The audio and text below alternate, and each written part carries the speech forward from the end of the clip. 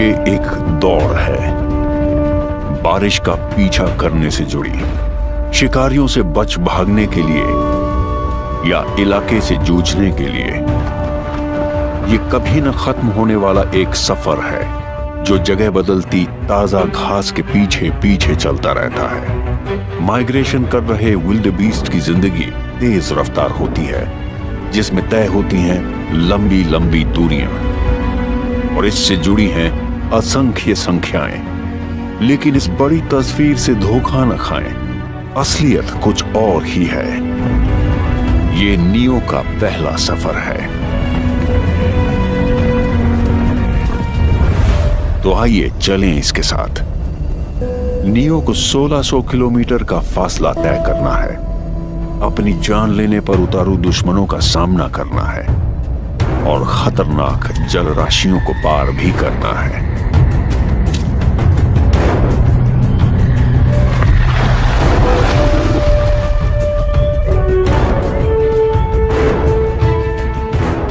Neo लाखों wildebeest में से ऐसा एक है जो अपनी किस्मत के हिसाब से या तो जिंदा रहेगा या मर जाएगा।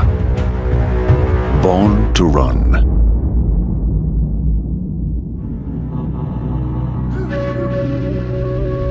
ईस्ट अफ्रीका के विल्डेबीस्ट माइग्रेशन की न तो कोई शुरुआत होती है और न ही उसका अंत।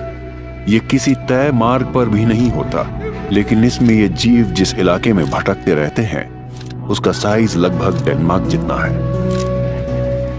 इन्हें आगे बढ़ाते हैं खुराक और पानी, और क्योंकि बारिश का कोई भरोसा नहीं होता तो इनके मूवमेंट का पैटर्न भी अस्थिर होता है। पहले ये कई नदियों को पार करते हैं और सर्दियों के सूखे मौसम में ये झुंड उत्तर की तरफ मारा नदी के करीब जाता है, जो बारिश रुकने पर इनका स्थायी जल स्रोत है।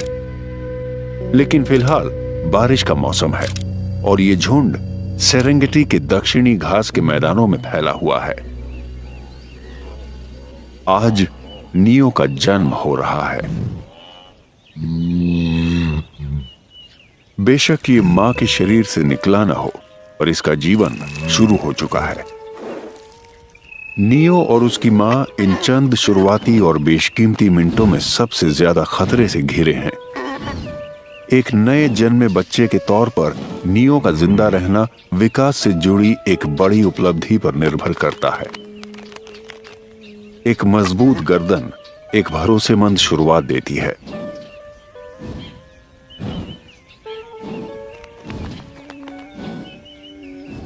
मां हिम्मत बढ़ाती है तो नियो कुछ समय के लिए अपने पैरों पर खड़ा हो जाता है। अब इसका मकसद है कोऑर्डिनेशन।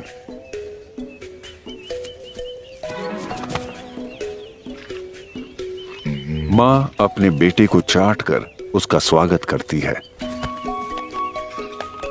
बच्चे को साफ करते समय मां को बच्चे की अनोखी गंध याद हो जाती है और बच्चे को मां की। अगर ये कभी एक दूसरे से अलग हुए तो इस गंध के जरिए ही ये एक दूसरे को पहचानेंगे। और फिलहाल नियो का जिंदा रहना इन दोनों के साथ बने रहने पर निर्भर करता है।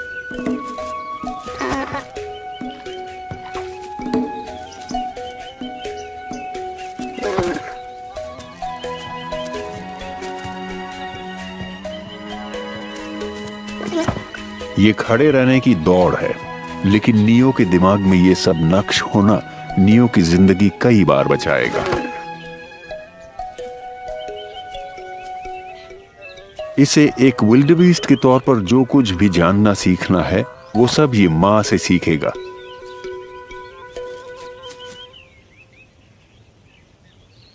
वही इसकी चीयरलीडर, इसकी संरक्षक और इसकी गाइड है।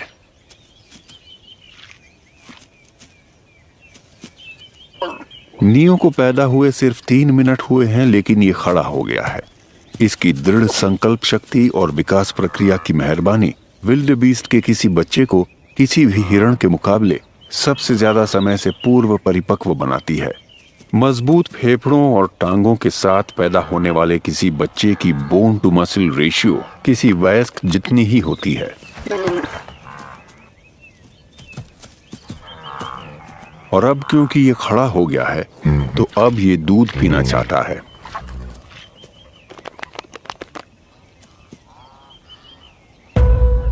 लेकिन झुंड यहां से आगे बढ़ रहा है तो उसके साथ चलना ज्यादा अहमियत रखता है।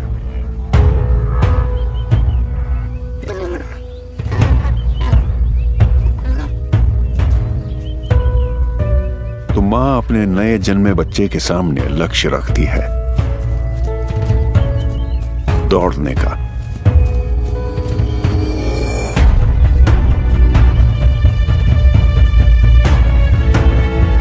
एक विल्डबीस्ट के तौर पर इसकी जिंदगी शुरू हो चुकी है।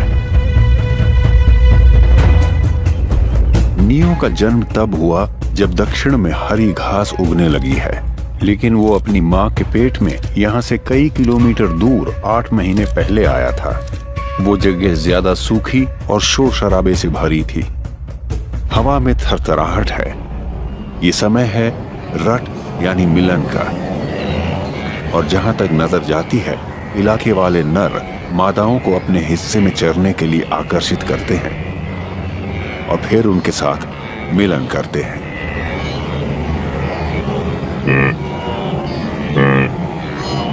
नरों को पहचानना आसान है। ये लगातार आवाजें निकालते रहते हैं, लेकिन इस एक्टिविटी के साथ असली मिलन का कोई खास रिश्ता नहीं होता। इसका असली मकसद तो मादाओं का पीछा करना, उनका घेराव करना और प्रतिद्वंदी नरों को भगाना होता है। जोश से भरे नरों की ये आवाजें अपना जादुई असर दिखाती हैं। इससे मादाएं उत्तेजित होती हैं और एक साथ ईस्ट्रस यानी मधकाल में आ जाती हैं। ये सालाना रट दुनिया में मिलन की सबसे बड़ी सामूहिक घटना होती है। नियो की मां के साथ साथ 3 हफ्ते के इसी दौर में 5 लाख मादाएं गर्भ धारण करती हैं, जबकि यहां पर मादाएं इस सब में रुचि लेती मालूम नहीं होती। यहां सारी जिम्मेदारी जैसे नर ही उठाते हैं। ये चौकन्ने बने रहते हैं ताकि अपनी बेशकीमती मादाओं को चुराने की कोशिश करने वाले घुसपैठियों से लड़कर उन्हें भगा सकें। रट के दौरान नरों में हार्मोन्स का इतना तूफान उठा रहा होता है कि कुछ तो आराम करना और सोना पूरी तरह छोड़ देते हैं।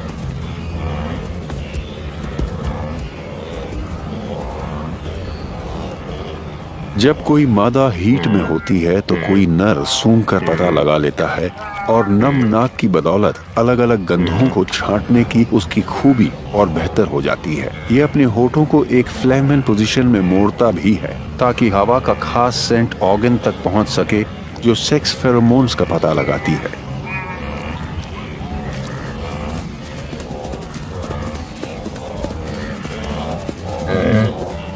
इतने जोरदार हंगामे के बावजूद नर मादा से बहुत थोड़े समय के लिए मिलन करता है।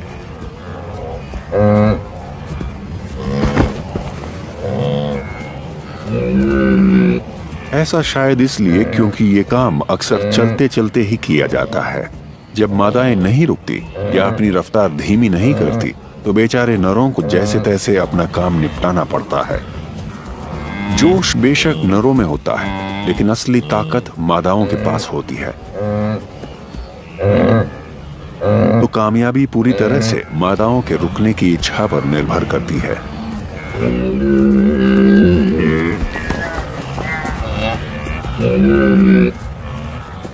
इस नर को शायद अपनी आवाज को सुधारने की जरूरत है।